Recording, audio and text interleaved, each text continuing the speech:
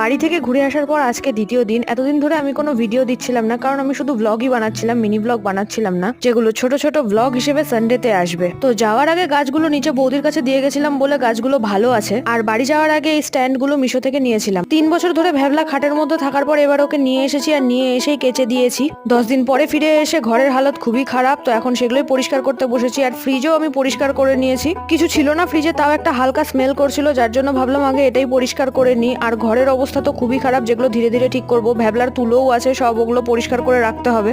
আর আজকে অনেকদিন পর টুসির দেখা পেলাম। টুসিও এসে ওর কাজ করছে, ফ্যানের নিচে আরাম করে শুয়ে থাকা। একে নিয়ে আমার চিন্তা ছিল না, কারণ এর নিচে বৌদির কাছে খাবার পেয়েই যায়, না হলে আরো অনেকের কাছেই খাবার পেয়ে যায়। কিন্তু আমার চিন্তা ছিল আমার মাছগুলোকে নিয়ে, যাদেরকে শুধু একটা মেশিনের ভরসায় রেখে গেছিলাম, কিন্তু দেখছি সব ভালোই আছে। আর কিছু মাছ তো 10 দিনে ভালোই বড়ও হয়ে গেছে। তো 10 দিন বাড়ি থেকে ঘুরে এসে মাইন্ড ফ্রেশ হয়ে গেছে, যেটা করতে গেছিলাম। এবার আসবে ধীরে ধীরে মিনি ব্লগস আর ভ্লগস।